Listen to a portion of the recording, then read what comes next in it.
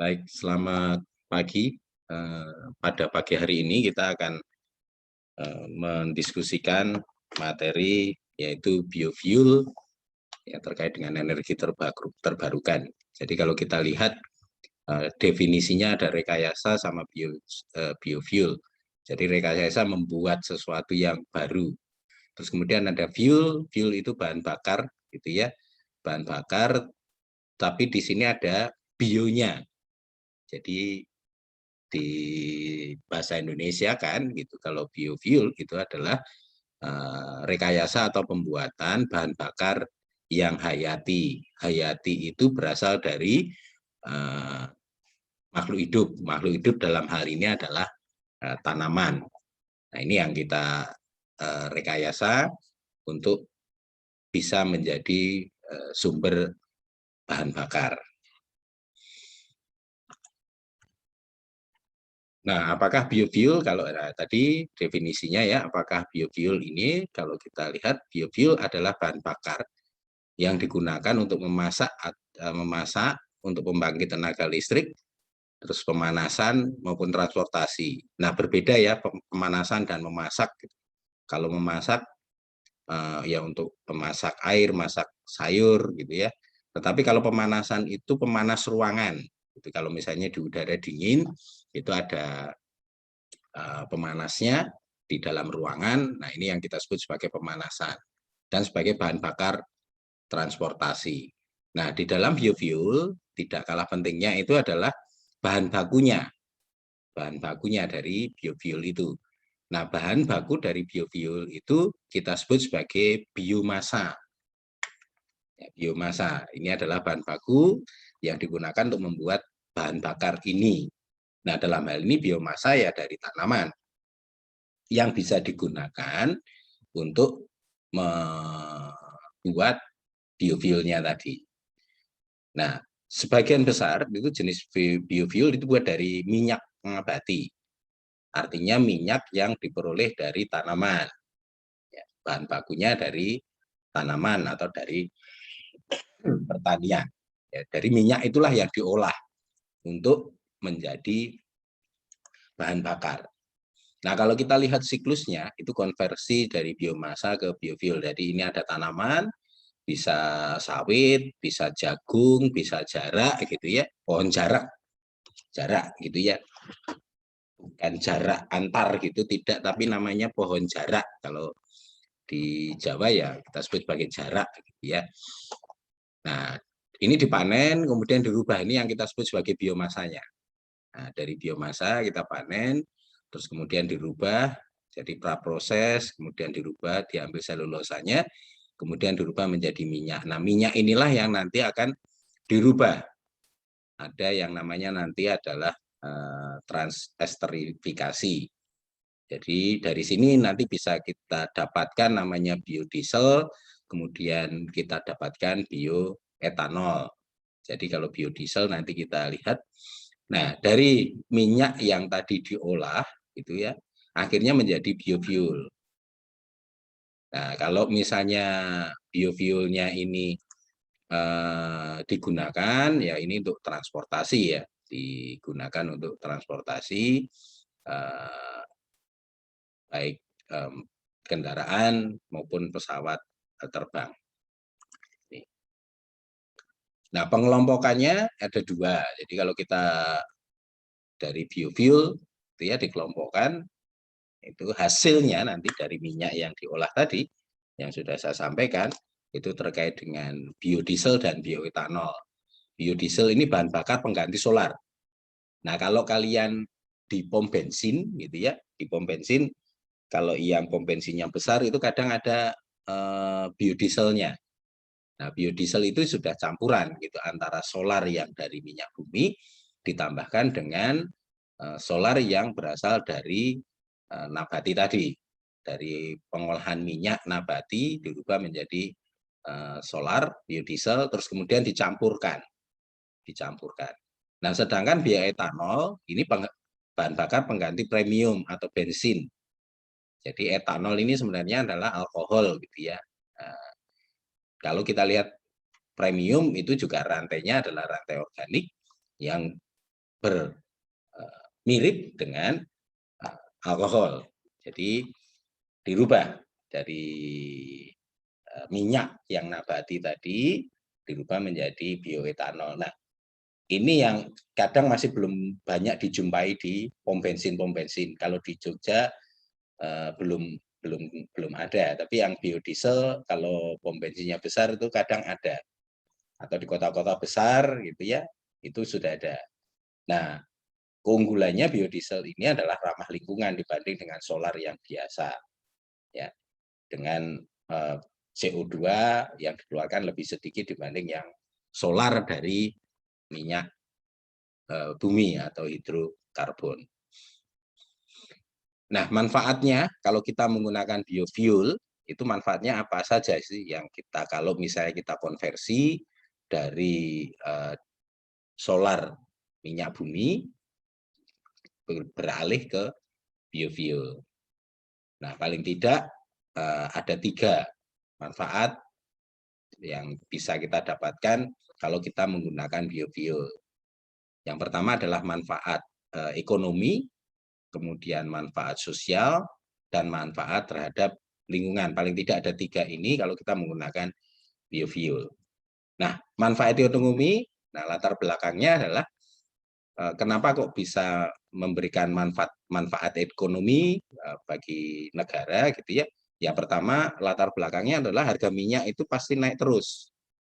Ya, karena minyak semakin sedikit, produksinya juga semakin menurun, terus kemudian tingkat konsumsinya semakin meningkat. Itu kan kalau di ekonomi ada supply and demand, kalau barangnya sedikit, permintaan banyak kan pasti harganya naik.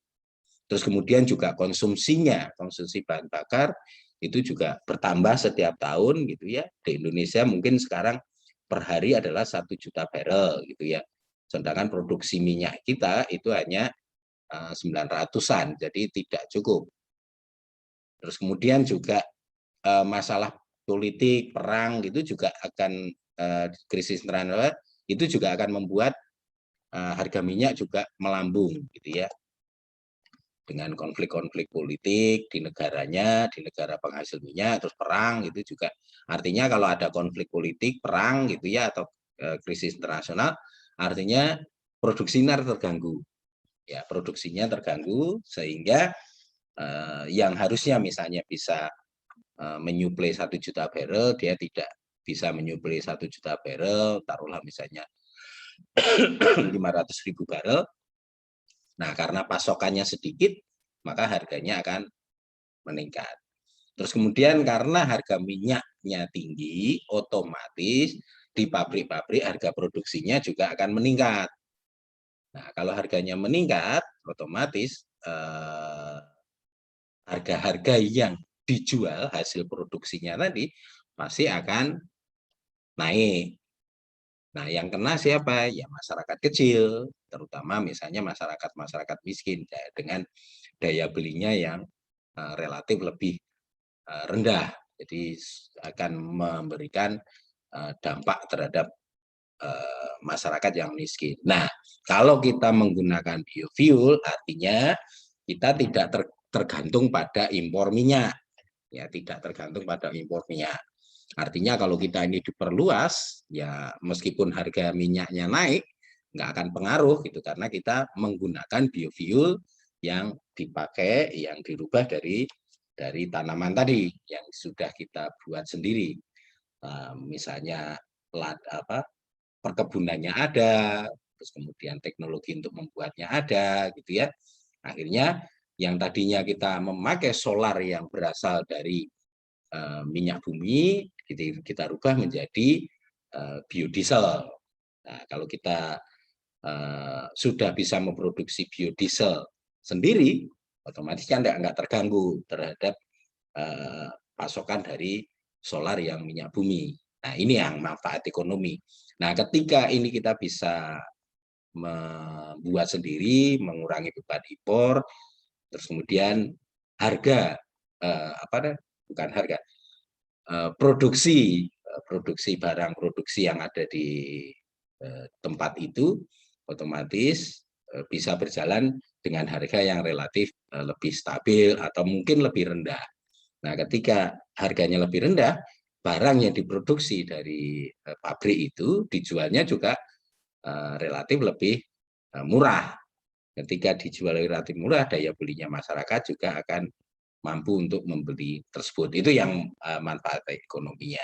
Syukur-syukur misalnya harganya lebih rendah dibanding dengan solar yang harga minyak, yang berasal dari minyak, ya, dari minyak. Artinya kalau harganya lebih murah, otomatis misalnya kalau kita beli solar dari hidrokarbon, dari minyak itu harganya 2.000, kemudian kita beli dari kita bisa memproduksi biofuel, biodiesel misalnya dengan harga per liternya 1.000, otomatis penduduk kan juga bisa saving atau menyimpan uang yang 1.000 yang harusnya tadi dibelikan solar dari hidrokarbon yang 2.000, dia bisa saving.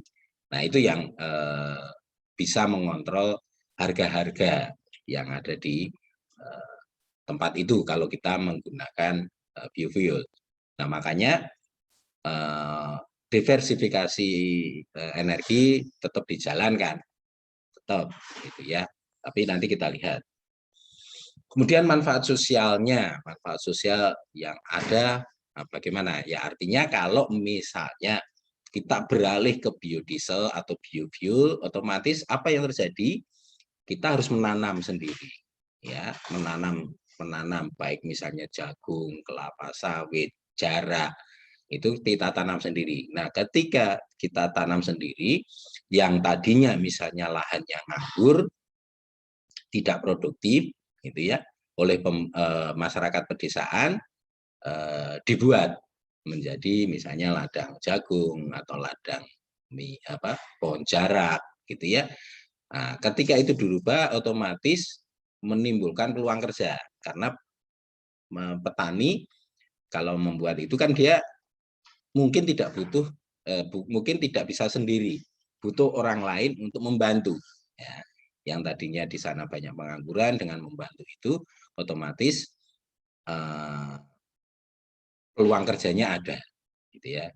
Karena biasanya pabriknya itu dibuat di dekat dari lahan pertaniannya itu tadi, jadi dibuat itu.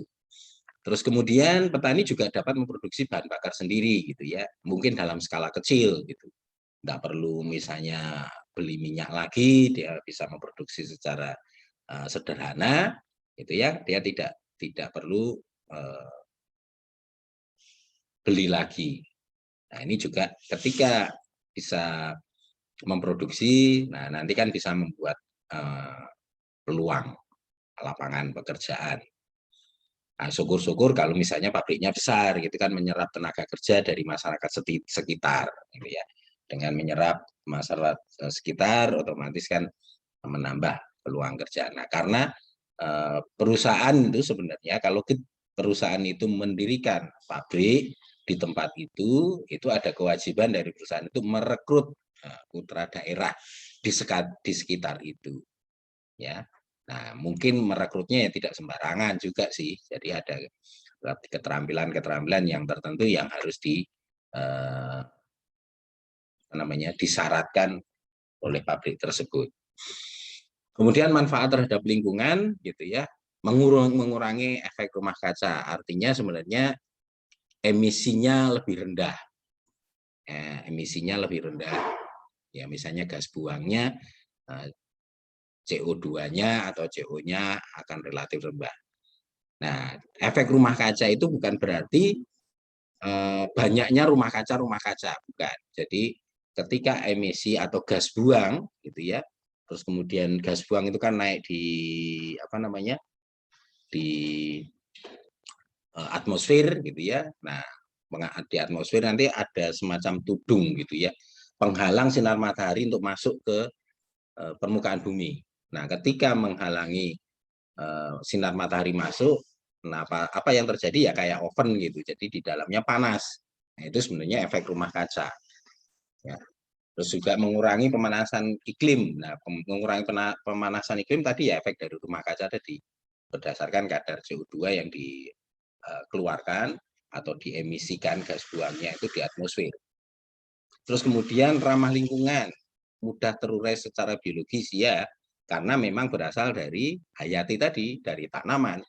Dari tanaman artinya ya kalau kita misalnya kita produksi minyak sawit misalnya, itu kan ada sisa-sisanya ya, ada misalnya ada cangkangnya, ada serabutnya dari biji sawitnya itu kita tumpuk aja gitu, kita tumpuk kan lama-lama hancur sendiri, ya hancur sendiri. Beda dengan plastik, plastik kan tidak bisa terurai, ya lama sekali terurainya. Tapi kalau yang berasal dari tanaman atau dari makhluk hidup, kita biarkan sendiri, biarkan aja bisa terurai secara biologis atau mengalami dekomposisi atau pembusukan secara alami dan nantinya bisa terurai. Jadi ramah lingkungan. Jadi sisa-sisanya atau limbahnya ini juga ramah lingkungan. Ini terhadap manfaat terhadap lingkungan. Nah, sumber biofuel, ya, sumbernya apa saja? Sumbernya. Nah, ini kalau kita lihat, kita cari, misalnya ya, baik kita baca di buku, itu sumbernya bisa dari jagung, ada kedelai, karena ini bisa yang dirubah menjadi minyak. Ada biji rami, ada tebu, minyak kelapa sawit, biji jarak, dan kelapa. Ini sumber dari atau biomasanya tadi. Karena sumber dari biofuel adalah biomasa dari tanaman ini bakunya, ini ya. Nah, mengalami pengolahan ya, diolah dulu itu dari jagung misalnya dirubah jadi minyak, kedelai juga dirubah jadi minyak. Nah, minyaknya nanti yang diolah untuk menjadi biofuel. Nah, ini contoh. Misalnya kelapa sawit gitu ya. Minyak kelapa sawit itu kalau diolah lagi dia bisa mendapatkan etanol maupun metanol, ini alkohol. Jadi bisa dipakai sebagai bioetanol tadi. Ya, bioetanol. Kemudian tandan buah sawit itu dan seratnya ini juga bisa sebagai bahan bakar tungku. Jadi memasak kompor seperti kayu bakar biasa gitu ya. Atau dirubah menjadi kompos dan pupuk ya. Ini manfaat pohon sawit ya. Kemudian cangkang buah kelapa sawit ini jadi arang briket gitu ya. Nah, arang briket ini untuk bisa dipakai dalam industri semen dan pembangkit listrik menggantikan batu bara. Nah, dulu gitu ya, perusahaan-perusahaan minyak kelapa sawit itu cangkangnya hanya dibuang. Cangkangnya itu tidak digunakan. Tetapi sekarang cangkangnya dari kelapa sawit itu oleh Jepang dibeli. Jadi Jepang membeli cangkangnya. Cangkang itu batoknya.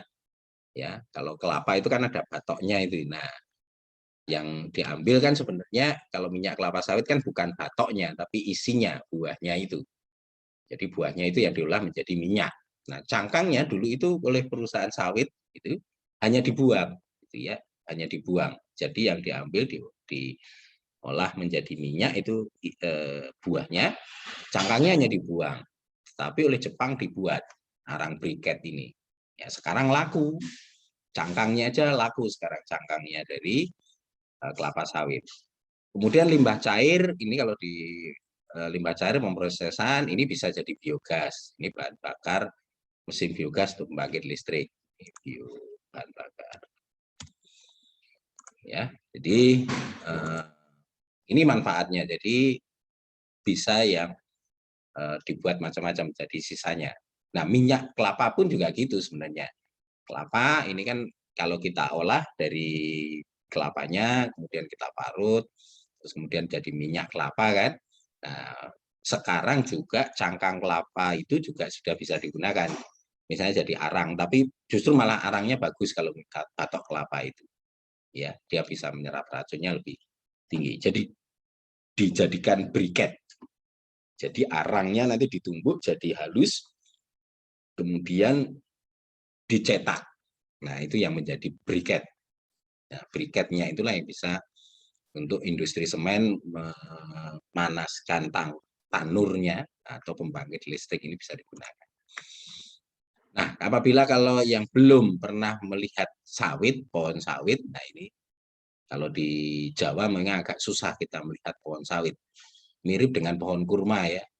Jadi karena ini keluarga palem-paleman gitu ya, keluarga kayak kelapa gitu. Nah, ini pohonnya Nah, ini bisa tumbuh tinggi gitu ya. Nah, ini tandannya, tandan sawit. Nah, ini ya tandan sawit. Nah, ini kalau biji sawitnya dilepas itu menjadi seperti ini. Nah, yang diolah bukan bijinya ini, tapi buahnya di dalam. Jadi di dalam ini ada kayak buahnya, nah diolah menjadi ini. Jadi minyak kelapa sawit, atau ya kita yang sering gunakan itu minyak goreng, ya minyak goreng. Nah, minyaknya inilah yang nanti akan diproses. Minyak ini diproses untuk bisa menjadi biofuelnya. Ya, jadi prosesnya. Nah, ini konversinya dari minyak kelapa sawit. Kalau minyak kelapa sawit ini etanol, ini aditif, bahan bakar untuk transportasi. Kemudian bagian tandan ini bisa jadi kompos, ini untuk pekerjaan lahannya. Terus kemudian tandan atau sabutnya tadi, bahan bakar tugu, kalau dibuat ya pembangkit listrik. Kemudian cangkangnya tadi dibuat jadi arang briket, ini bisa untuk memasak. Terus mil effluent, ini biogas, ini juga bisa untuk memasak. Ya, biogas. Ini sambil dari buku panduan energi terbarukan yang sudah saya bagikan, tinggal nanti dibaca kembali. Nah, ini pemrosesannya, jadi ini biodiesel, pemrosesan dari minyak. Jadi kalau ini minyak kelapa sawit, itu yang diambil adalah CPO-nya. CPO itu coconut palm oil, jadi minyak kelapa sawitnya. Kemudian di trans esterifikasi, gitu ya, dengan metoxide. Ini akan ditambahkan asam dan basa, ada metanol dan NaOH, kemudian diendapkan, disettling. Kalau diendapkan ini bisa langsung menjadi crude biodiesel, kemudian dicuci, ditambah air, dikeringkan menjadi biodiesel. Tapi juga bisa settling, ini hasilnya menjadi crude glycerin. Nah, glycerin ini bisa juga sebagai bahan baku sebagai kosmetik, gitu ya. Nah, ada buangannya, ini sisa-sisanya, ini air, sisa katalis, dan FFH-nya. Jadi, dari minyak ini dirubah transesterifikasi. Nanti apa itu transesterifikasi? Nanti di belakang akan saya jelaskan. Diendapkan. Nah, nanti akan mirip dengan pengolahan jarak, ya, biji jarak. Biji jarak. Nah, ini yang kita gunakan nih, biodiesel sebagai biofuelnya. Dari pengolahan CPO-nya ini akhirnya menjadi biodiesel ini. Atau pemrosesannya ini bisa menjadi biohidrokarbon. Ya, biohidrokarbon ya sebagai bahan bakar mungkin pengganti bensin tadi ya. Nah, warna biru ini adalah teknologi konvensional. Terus kemudian yang pink ini adalah yang teknologi maju. Jadi mungkin butuh teknologi yang lebih rumit. Jadi minyak kelapa sawit bisa dirubah menjadi biohidrokarbon atau bioaftur. Nah, bioaftur ini yang bahan bakar pesawat terbang. Jadi green diesel, ramah lingkungan. Kalau yang minyak sawit, ya, kemudian hanya diolah transesterifikasi, dia langsung bisa menjadi biodiesel. Tetapi kalau minyak kelapa sawit, kemudian ada hydrotreating, perengkahan katalitik, hidrolisis, ini bisa menjadi biohidrokarbon. Kemudian limbah padatnya, cangkangnya itu juga jadi dibuat ini lebih teknologinya lebih maju, ini hidrolisis, dan dari gula kemudian difermentasi menjadi bioetanol. Ini yang pengganti bahan bakar premium tadi. Nah, kemudian kalau dialami pirolisis, gasifikasi, ini dia bisa berubah juga menjadi bioetanol. Atau dari limbah padat itu yang cangkang-cangkang serabutnya itu kalau langsung dibakar, ya kita akan bisa menghasilkan panas yang bisa kita pakai untuk sebagai pembangkit listriknya. Kemudian kalau biodiesel, tadi saya bercerita biofuel, biodiesel gitu ya. Nah, biodiesel ini adalah bahan bakar yang terbuat dari minyak nabati, minyak nabati baku, lemak hewan, gemuk ya. Gemuk itu bahasa Indonesia ya. Bahasa apa ya? Gemuk itu bahasa Jawa ya. Tapi mungkin bahasa Jawa, bahasa Indonesia juga ada gemuk. Gemuk itu bukan berarti badannya besar gitu, enggak. kayak Vaseline atau grease. Kalau kita di mobil itu kan pelumasnya itu ada yang namanya grease atau Vaseline. Nah, ini yang dihasilkan gemuk gitu ya. Nah, ini yang didaur ulang untuk menjadi biodiesel. Nah, limbah minyak goreng juga sekarang kadang ada yang membeli. Jadi kalau yang apa namanya penjual-penjual gorengan yang di pinggir jalan itu kadang yang misalnya dia sudah menggunakan minyak goreng berapa kali gitu ya, mereka nggak buang, ditampung. Nah, itu dijual untuk dijadikan diolah lagi menjadi biodiesel. Nah, biodiesel ini bisa langsung dihasilkan atau digunakan. Nah, dicampur dengan solar 5%, biodieselnya 95%. Nah, ini bisa digunakan langsung. Nah, ini bisa diproduksi secara lokal, ya, dapat mengurangi impor minyak, ya, mengurangi impor minyak mentah karena ini bisa diproduksi secara lokal, baik di kabupaten misalnya atau provinsi atau negara gitu ya. Jadi ini yang bisa dipakai untuk mengurangi ketergantungan minyak. Nah, sumbernya itu sumber yang paling bagus sebagai biodiesel itu adalah tanaman jarak pagar namanya. Kalau bahasa Latinnya itu Jatropha curcas. Nah, keunggulannya minyak jarak ini kalau diolah dari bijinya itu menghasilkan 63% minyaknya. Melebihi kandungan biji kedelai itu hanya 18%, kemudian linsi 33%, rapa 45%, bunga matahari 40%, inti sawit itu 45%. Jadi sebenarnya jarak itu dapat menghasilkan minyak lebih banyak ya dibanding sawit. Nah, kelebihan nanti di belakang juga ada kelebihan dari ya, tanaman jarak gitu ya. Kelebihan ini mungkin yang sering kalian jumpai gitu ya di kalau di desa-desa masih banyak. Ini mudah tumbuh di sembarangan tempat, terus kemudian biji jarak itu tidak dapat dikonsumsi oleh manusia. Artinya apa? Tidak ada tumpang tindih antara kebutuhan untuk minyak biodiesel untuk diolah jadi minyak biodiesel dan konsumsi manusia. Berbeda dengan jagung tadi misalnya. Jagung itu kan ada overlap antara kebutuhan manusia bisa dimakan dengan mau kita olah gitu. Jadi kalau jarak tidak ada, tidak bisa dikonsumsi manusia. Daunnya saja tidak dimakan ternak gitu ya. Tapi sebagai bahan baku ulat sutra. Jadi tidak ada overlap ya, dengan kebutuhan konsumsi manusia. Jadi bagusnya itu. Artinya misalnya begini, kalau biji jarak ladang biji jarak gitu ya, perkebunan jarak dalam 1 hektar misalnya dapat 100 ton gitu. Nah, 100 ton itu bisa digunakan semua untuk diolah menjadi biodiesel tadi. Berbeda misalnya jagung gitu ya. Jagung kalau misalnya masyarakat di situ terbiasa mengkonsumsi jagung sebagai makanan pokoknya, jadi misalnya dapat 100 ton mungkin tidak semuanya bisa digunakan untuk biofuel tadi, mungkin akan dikurangi, misalnya 5 tonnya untuk kebutuhan pokoknya, nah sisanya untuk diolah menjadi biofuel tadi. Jadi kelebihannya salah satunya minyak jarak seperti itu, tidak adanya overlap dengan konsumsi manusia. Nah, pohon jarak seperti apa ya ini? Ini kadang mungkin ada yang belum pernah melihat pohon jarak gitu ya. Jadi ini pohonnya terus buahnya itu bulat-bulat hijau gitu. Kalau nanti sudah matang dia kuning terus kemudian menjadi hitam. Ini ya. Ini banyak manfaatnya ya. Ini dahan. Kalau waktu saya kecil itu kalau misalnya luka ini kita potes keluar getahnya itu sebagai antiseptik. Jadi kalau kita luka itu getah dari pohon jarak itu kita taruh di lukanya itu.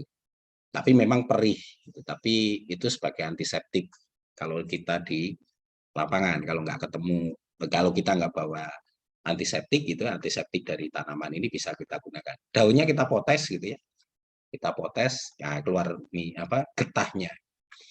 Nah ini isinya dari buah jarak gitu ya. Nah, ini isinya yang putih gitu ya. Ini biji jarak. Ini daunnya ini bisa digunakan untuk makanan ulat sutra. Ulat sutra itu sebagai bahan baku untuk tekstil sutra. Nah, bijinya inilah yang kita gunakan atau ya kita olah untuk menjadi minyak jarak tadi. Minyak jarak terus kemudian diolah lagi menjadi biodiesel. Nah, ini potensinya, ini Jatropha curcas. Kalau bahasa latinnya, ini pengendali erosi, pelindung kebun, kayu bakar, jadi dahannya bisa kita gunakan sebagai bahan bakar, kayu bakar. Pengendali erosi karena ini biasanya ditanam kalau di penduduk desa itu di teraseringnya gitu ya, di terasering untuk mengendalikan erosi. Nah, ini kalau pohon jarak ini ada 3, daun, buah, dan getah. Nah, jadi yang saya ceritakan ini getah, ini penyembuh luka, ya penyembuh luka, terutama antiseptik. Jadi kalau ada luka, kalian di lapangan gitu nggak bawa antiseptik. Kalau misalnya ketemu pohon jarak, daunnya aja dipotes, nanti keluar getah, getahnya itu yang ditaruh di luka. Tapi memang perih, tapi cepat kering lukanya. Daun ini makanan ulat sutra atau antiseptik juga anti peradangan. Nah, karena ini juga tidak dimakan ternak gitu, kambing pun nggak makan gitu ya. Jadi apalagi manusia nggak dimakan. Jadi tidak ada overlap dengan konsumsi manusia tadi. Hanya bisa dipakai untuk makanan ulat sutra. Nah, buahnya itu terdiri dari biji dan daging buahnya. Kalau bijinya bisa insektisida alami, jadi makanan atau minuman ternak varietas non toksik gitu ya. Setelah diolah, daging buahnya ini bahan bakar sebagai pupuk hijau dan biogas. Nah, bijinya ini bisa diolah dari untuk minyak biji. Minyak bijinya itu nanti diolah menjadi biodiesel, ada produksi sabun, insektisida, pengobatan. Bungkil bijinya ini bisa pupuk, ya pupuk, makanan ternak, produksi biogas. Kemudian cangkangnya itu juga sebagai bahan bakar. Hampir mirip seperti minyak, seperti kelapa sawit. Cangkangnya bisa kita bakar. Ya, yang kering ini tadi, ini ya cangkang luarnya ini. Nah, ini cangkang luarnya. Terus yang bungkil itu yang hitam di dalam ini. Jadi yang ini kalau kita pecah gitu ya, yang bijinya ini kita pecah itu dalamnya ada bungkilnya ini sama yang ini. Jadi biji ini kalau sudah kering ini ternyata isinya bisa 2, bisa 3 di dalam gitu. Nah, ini yang bungkilnya, jadi ini yang buahnya. Kemudian, nah ini hampir mirip dengan minyak kelapa sawit tadi, tapi kalau minyak kelapa sawit langsung dari CPO-nya ya. Tapi kalau jarak ini sama prosesnya, ada dari biji jarak ini dikupas, kemudian dipres. Kalau dipres itu bisa langsung jadi bungkil untuk jadikan biogas. Terus kemudian ini disaring, dirubah menjadi minyak. Nah, minyaknya nanti sama seperti yang minyak kelapa sawit, gitu ya, diendapkan, hasilnya menjadi 3. Ada crude biodiesel, ada crude gliserin, dan ada sisanya. Kalau crude biodieselnya ini kemudian dikeringkan jadi biodiesel, ini gliserin, ini bahan baku kosmetik tadi, terus kemudian ada air sisanya. Ya. Nah, bungkilnya jadi biogas, ini hasil sampingannya. Berbeda dengan yang sawit tadi, sawit hanya langsung dari JPO-nya. Tapi sebenarnya hampir mirip prosesnya, karena biji sawit pun juga harus dikupas seperti ini sebenarnya. Hampir mirip dengan bagan alirnya dari kelapa sawit tadi. Nah, ini prosesnya dari biji jarak, ini ya, ini tanaman, terus kemudian buah jarak, kemudian biji jaraknya diproses, jadinya press, gitu, jadi minyak jarak dan bungkil. Nah, minyak jarak diproses menjadi biodiesel. Bungkil ini yang jadi biogasnya. Kemudian ini sama, ini ya tanaman jarak, ya, kemudian ini bijinya diolah menjadi minyak seperti ini. Nah, mengapa biji pohon jarak bisa dikembangkan? Ya karena potensi lahan yang ada itu juga sangat besar. Tadi di awal sudah saya sampaikan, sebenarnya pohon jarak itu mudah tumbuh gitu ya, tidak tergantung musim atau cuaca. Nah, kalau menurut data Departemen Pertanian, ini di Indonesia ini bisa ada kurang lebih 6 juta hektar. Ini tersebar dari Bali sampai NTT, terutama Indonesia Timur. Seluas ini 2,6 juta hektar, kemudian Sumatera ini hampir setengah juta hektar, Jawa ini hampir 1 juta hektar, Sulawesi ini 1,8 juta hektar, dan Maluku dan Papua ini setengah juta hektar. Artinya apa? Sebenarnya potensi untuk menanam jarak itu sangat luas. Ya. Nah, berbeda dengan dengan kelapa sawit. Jadi kelapa sawit itu memang butuh lahan yang luas. Terus kemudian kalau sawit itu butuh air yang banyak, gitu ya. Kalau di Kalimantan itu banyak lahan gambut, banyak rawa, itu kalau ditumbuhi, kalau dibuka menjadi lahan sawit, itu airnya akan cepat kering, gitu ya. Karena butuh konsumsi air yang sangat besar si sawit, gitu ya. Nah, kalau jarak kan nggak terlalu konsumsi banyak gitu, untuk bisa tumbuh. Keunggulan biodiesel dibanding dengan solar yang berasal dari hidrokarbon, ini salah satunya bisa menghasilkan gliserin.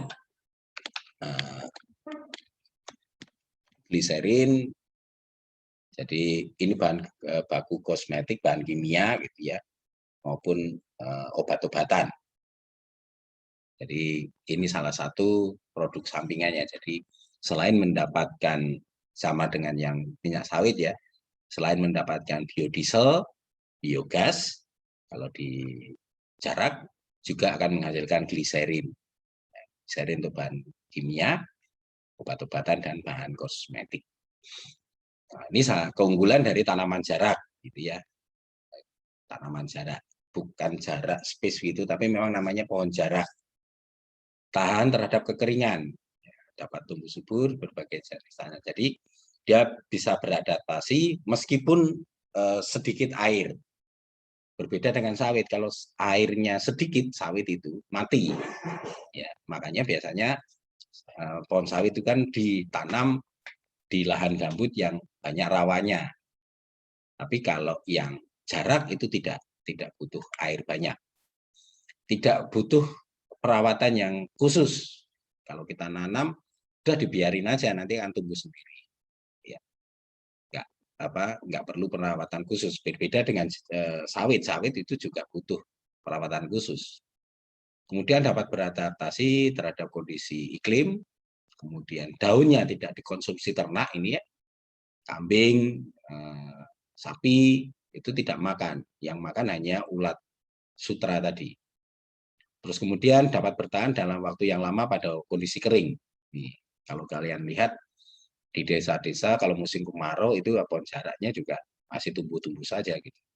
Mudah berkembang biak, kemudian pertumbuhannya cepat.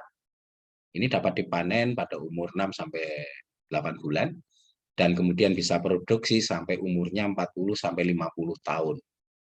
Nah, bayangkan kalau sekali nanam gitu ya, bisa kita produksi biji jaraknya itu sampai 40-50 tahun. Ya. Kemudian ampas minyak jarak ini bisa merupakan bahan organik yang bisa dijadikan pupuk. Ya. Terus juga sebagai tanaman hijauan maupun rebuisasi. Kalau misalnya di situ lahannya gundul, yang tadi salah satunya adalah pengendali erosi, untuk bisa cepat gitu ya, bisa biar daerah itu yang tadinya gundul menjadi hijau, nah, tanamlah pohon jarak gitu ya. Pohon jarak itu mudah sekali. Cuman ya kalau di desa itu kalau pohonnya sedikit kan mereka tidak terlalu menggunakan pohon jarak itu untuk dirubah menjadi biodiesel tadi gitu ya. Memang harus dalam skala besar untuk bisa dijadikan bahan baku biodiesel tadi. Terus keunggulannya minyak jarak, kalau kita produksi minyak jarak gitu ya, nah salah satunya tidak mengandung sulfur. Ya. Nah, sulfur ini juga emisi gas buang, kalau dikeluarkan dia nanti akan mengikat oksigen menjadi SO atau SOX gitu ya, baik SO2 maupun SO4. Terus kemudian biodiesel dihasilkan dengan bereaksi kimia tanaman dengan alkohol gitu ya. Dapat dihasilkan dua zat yaitu alkyl ester, metil, dan gliserin tadi. Metil ester inilah yang nanti digunakan untuk bahan biodiesel yang bersih. Nah, bahan baku biodiesel yang bersih itu dalam artian emisi gas buangnya kecil, CO2-nya kecil, SO-nya kecil gitu ya. Artinya kan clean atau green energi. Nah, reaksi pembuatannya kita sebut sebagai transesterifikasi tadi dari awal. Nah, apakah itu transesterifikasi? Transesterifikasi adalah proses pertukaran gugus organik R gitu ya pada ester dan gugus organik pada R aksen ini. Ini perhatikan ininya. Ini ada dua strip, dua apostrof, ini satu apostrof. Nah, ini pertukaran. Kalau ini ditambahkan reaksinya itu menggunakan katalis asam atau basa. Ya, katalisnya. Jadi nanti di sini reaksinya ini ditambahkan asam atau basa. Nah, perhatikan ini ester gitu ya, ini alkohol. Ester ada R1, ini R2. Ini ditukar. Meskipun ini ada alkohol, ini ester gitu ya. Yang dihasilkan sama alkohol, tapi alkoholnya sudah berbeda karena ini ada R2 ini. Sedangkan di sini R1.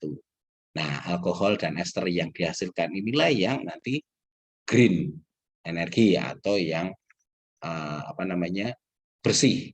Ya, ini bersih. Ini yang saya gunakan untuk bukunya, jadi kalian bisa baca di Pak Sukandar Rumidi, buku energi terbarukan, dan yang sudah saya bagikan dalam bentuk soft file ini buku panduan energi terbarukan PNPM. Itu yang bisa saya sampaikan terkait dengan biofuel, ya baik definisi maupun turunan dari biofuel, salah satunya biodiesel. Silahkan kalau ada yang mau ditanyakan.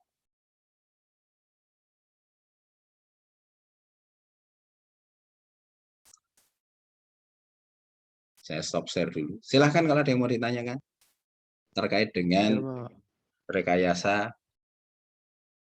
Ya, ada? Tidak ada, Pak. Oke, tidak ada. Ya.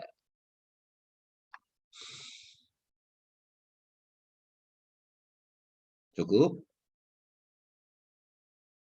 Baik, kalau cukup, tadi yang sudah bergabung, silahkan kalau yang belum ngeklik tautan presensi, diklik tautan presensinya. Aduh, bentar, saya berubah lagi nih tautannya. Bentar.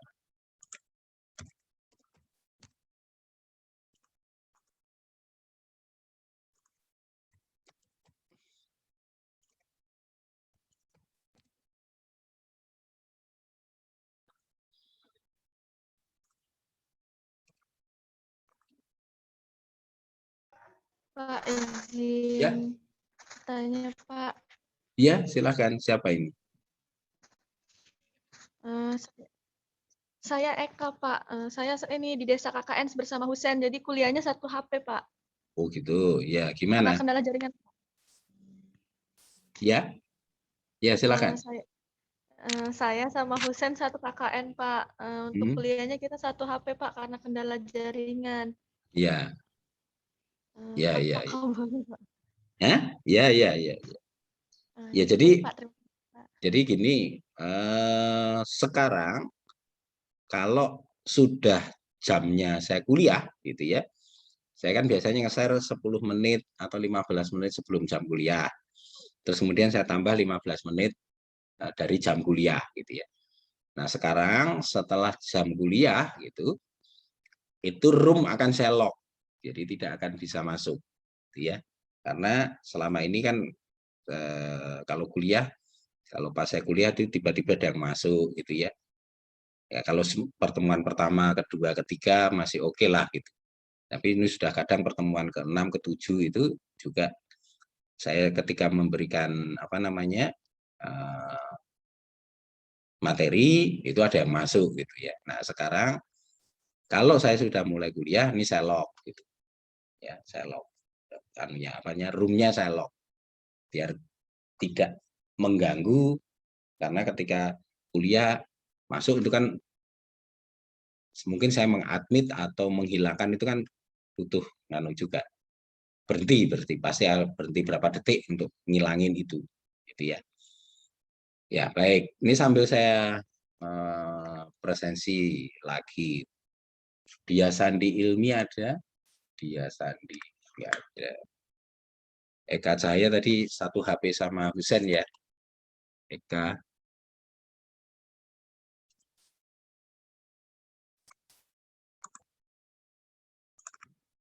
Oke, Maaf Pak, boleh izin bertanya Pak? Iya silakan. Baik, jadi saya masih bingung Pak, kan kalau kita sebut saja Pertamina itu kan mempunyai produk untuk diesel kan ada. Sebentar. Saya kurang begitu dengar, sebentar. Oh, iya, Gimana? Ya. Baik Pak, jadi kalau untuk kita sebut saja di Pertamina kan mereka punya produk, kalau untuk diesel kan ada Pertamina Dex, Dexlet, sama biodiesel Pak. Nah itu kalau saya pernah baca itu, kalau untuk di Pertamina Dex itu kan kandungan bionya kan lebih kecil daripada di biodiesel Pak. Nah itu kira-kira kalau misal dengan kandungan yang sedikit itu, apakah kayak efeknya untuk mengurangi sulfur untuk di mesin itu lebih baik atau gimana ya Pak? Soalnya untuk perbedaan harganya kan kayak Pertamina Dex itu kan lebih mahal daripada biodiesel gitu Pak. Nah itu kira-kira ya, jadi gimana sama sulfurnya gimana gitu Pak? Ya kalau biodex dengan biodiesel artinya tadi solar yang dari hidrokarbon, dari minyak bumi, kalau biodiesel itu lebih sedikit. Jadi biodiesel itunya lebih banyak. Jadi biodex itu kan biodieselnya yang sedikit, solarnya yang banyak kan gitu. Ya, Farhan ya. Iya betul Pak. Ya. Nah, mengapa biodex itu juga harganya lebih mahal dibanding biodiesel? Karena solarnya itu lebih banyak dibanding biodieselnya. Ya, solarnya lebih banyak. Artinya masih ketergantungan solar yang berasal dari minyak bumi. Makanya harganya lebih mahal. Ya, lebih mahal. Artinya begini, kalau biodex itu solar dari hidrokarbon taruhlah misalnya 95%, biodieselnya 5%. Tetapi kalau biodiesel itu terbalik. Solar yang hidrokarbon 5%, biodieselnya yang 90%, 95%. Makanya harganya biodiesel lebih murah dibanding dengan biodex. Karena dia masih banyak yang dari hidrokarbonnya. Nah, perbedaannya biodex dengan yang biodiesel, itu sulfurnya itu akan jauh lebih banyak yang biodex. Karena berasal dari lebih dominan yang dari solar hidrokarbon. Nah, solar hidrokarbon kita tahu kan salah satunya sulfurnya di Indonesia, minyak di Indonesia itu kan sulfurnya relatif lebih tinggi. Berbeda dengan biodiesel. Tadi karena komposisi solar dari hidrokarbonnya hanya 5%, tetapi biodiesel dari biodieselnya 90%, 95% otomatis biodiesel sulfurnya akan rendah. Ketika sulfurnya rendah, ketika kita menggunakan biodiesel, efeknya apa? Emisi gas buangnya, sulfurnya akan jadi rendah. Kalau biodex, emisi gas buangnya itu sulfurnya akan lebih tinggi. Jadi itu perbedaannya. Mengapa perbedaan dari dua sisi harga, baik harga maupun gas buangnya. Harga jelas biodex akan lebih tinggi karena komponennya masih banyak dari solar yang dari hidrokarbon.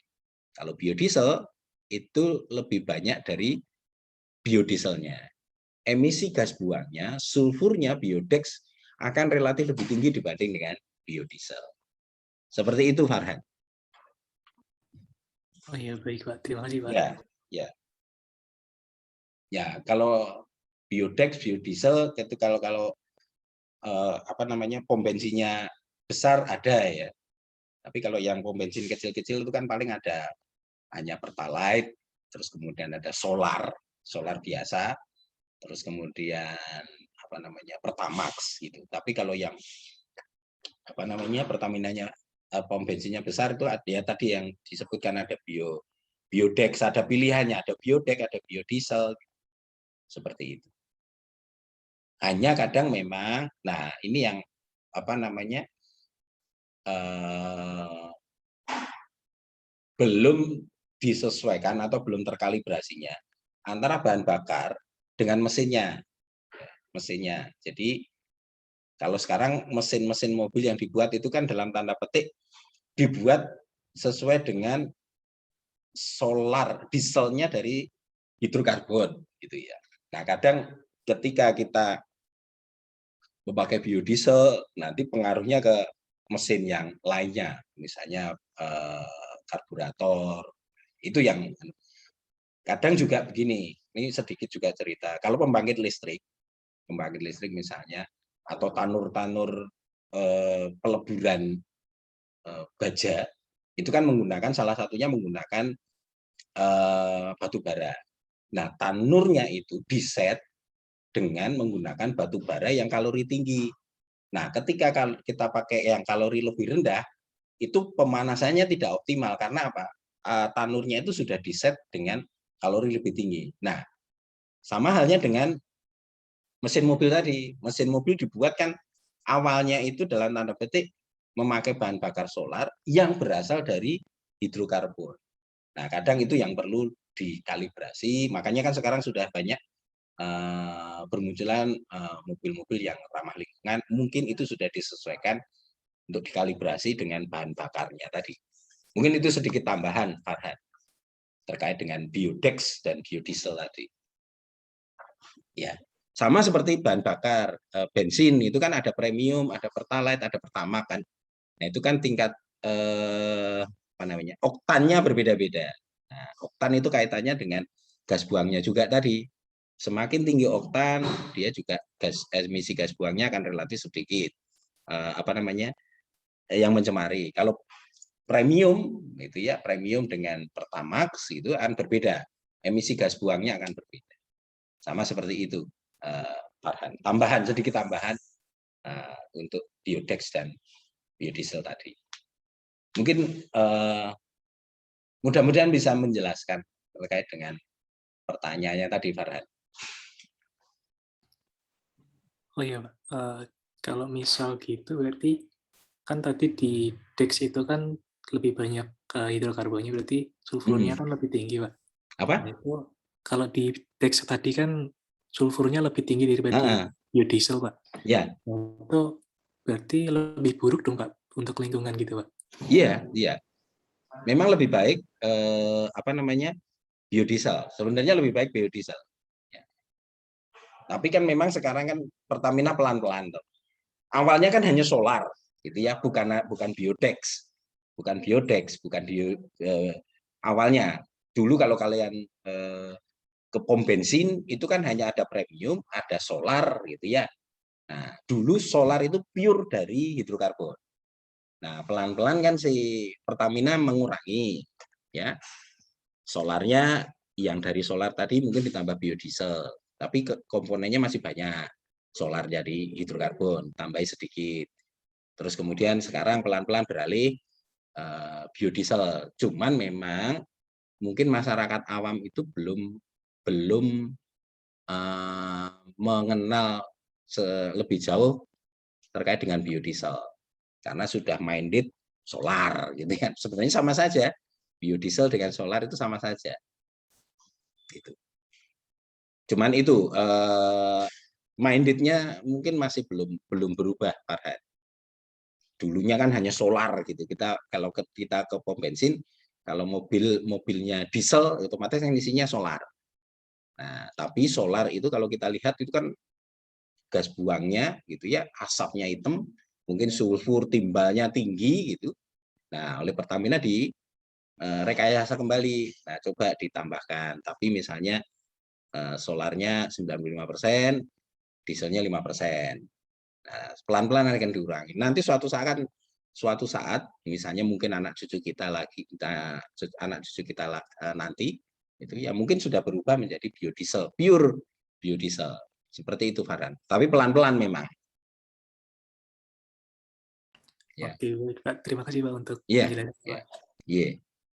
Karena bayangkan sopir-sopir truk itu, truk-truk gede-gede itu kan karena terbiasa ngisi solar, ketika di situ tidak ada solar, yang ada biodex maupun biodiesel, dia nggak akan ngisi gitu. Cari pom bensin yang ada tulisannya solar gitu.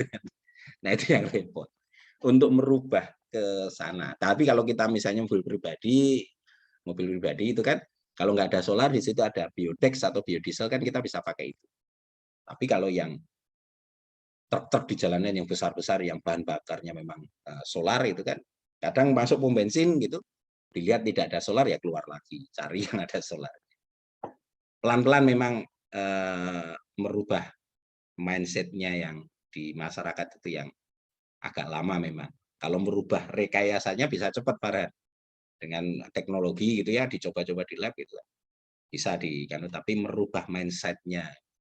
Coba deh kalian yang sudah pakai motor pakai premium atau bensin gitu. Kadang kita masuk di situ hanya ada Pertalite. Premium kan sekarang dihilangkan, ada Pertalite sama Pertamax itu ya. Kan kadang masih nyari-nyari yang tulisannya tuh premium gitu ya. Seperti itu. Oke. Mudah-mudahan bisa menjawab ya Farhan ya. Baik, terima kasih, Pak. Ya. Baik, ini sudah semua untuk presensi. Ya, untuk presensi sudah semua. Terima kasih. Nanti video ini juga akan saya upload. Materi ini nanti juga saya upload di LMS. Video juga saya akan upload di LMS dan YouTube. Bisa kalian lihat kembali penjelasannya. Kalau memang sekarang belum ada pertanyaan, nanti dilihat, oh ternyata ada pertanyaan, silakan kalau mau ditanya. Baik, terima kasih atas perhatiannya. Tetap semangat, salam sehat selalu. Semoga kalian sehat-sehat di sana, di luar sana. Tetap jaga kesehatan, ya. Tetap jaga kesehatan, apalagi kalau ini sekarang musim hujan, terus ditambah dengan pandemi. Kalau kita tidak menjaga tubuh dengan baik, gitu ya, itu nanti bisa sakit, mungkin bisa terpapar. Kalau terpapar, ya kurangilah nongkrong-nongkrong, kerumunan. Kalaupun sudah misalnya berkumpul dengan teman-teman, ya harus yakin temannya itu memang tidak ada yang terpapar. Kalau ada yang terpapar, disarankan untuk isolasi aja. Ya, tetap semangat. Mudah-mudahan pandemi ini segera berakhir dan nantinya kita bisa bertemu kuliah lagi. Dalam kelas tatap muka, kita bisa berinteraksi langsung di kelas. Terima kasih atas perhatiannya. Kuliah saya akhiri dan selamat pagi. Selamat pagi, terima kasih, Pak. Ya. Terima kasih, Pak. Ya.